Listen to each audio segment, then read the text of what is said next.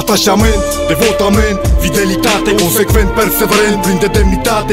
Dincolo de clasament, dincolo de toate, ultrasul prezent și vrea libertate. Pentru culori e gata să sară la gât, căci pentru culori e gata să moară oricând, căci viața lui se desfășoară mergând cu același tren ce are mereu altă gară. Cântând pentru echipă, îndură fric, sete și foame, pregătit să dea cu pumnul când își ia bastoane. Își reprezintă peluza când e în brigadă, bătut de vânt și de ploi, uneori și de gardă. Mitică deschide gura când se fute în legea ta. Jandarmeria e veciu public, de-aia se pișă pe ea. Vorba lui Pitman, e zilele, nopțile și anii de vrei, dar nu-i lua dragostea, că n-ai cum să-i o iei. Și ține steagul sus, ca pe un trofeu, și ține steagul sus, sus, sus, până la Dumnezeu. Și ține steagul sus, oricât ar fi de greu, dacă ai în suflet de ultra, să ai spiritul meu. Și ține steagul sus, ca pe un trofeu, și ține steagul sus, sus, sus, până la Dumnezeu. Și ține steagul sus, oricât ar fi de greu, dacă ai în suflet de ultra, să ai spiritul meu.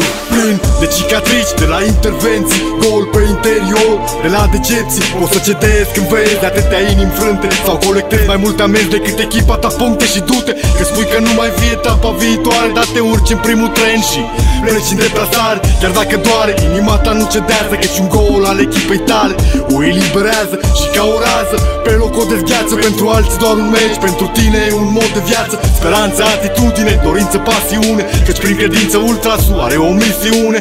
Ritualuri ca în templele masonice, când glasurile lor zguduie plăcile tectonice. Și orice ai zice, rămâi un novice, toți milițenii sunt bastarzi, nu mă contrazice. Și ține steagul sus, ca pe un trofeu, și ține steagul sus, sus, sus, până la Dumnezeu. Și ține steagul sus, oricât ar fi de greu, dacă ai în suflet de ultra, să ai spiritul meu. Și ține steagul sus, ca pe un trofeu, și ține steagul sus, sus, sus, până la Dumnezeu. Și ține steagul sus, oricât ar fi de greu, dacă ai în suflet de ultra, să ai spiritul meu.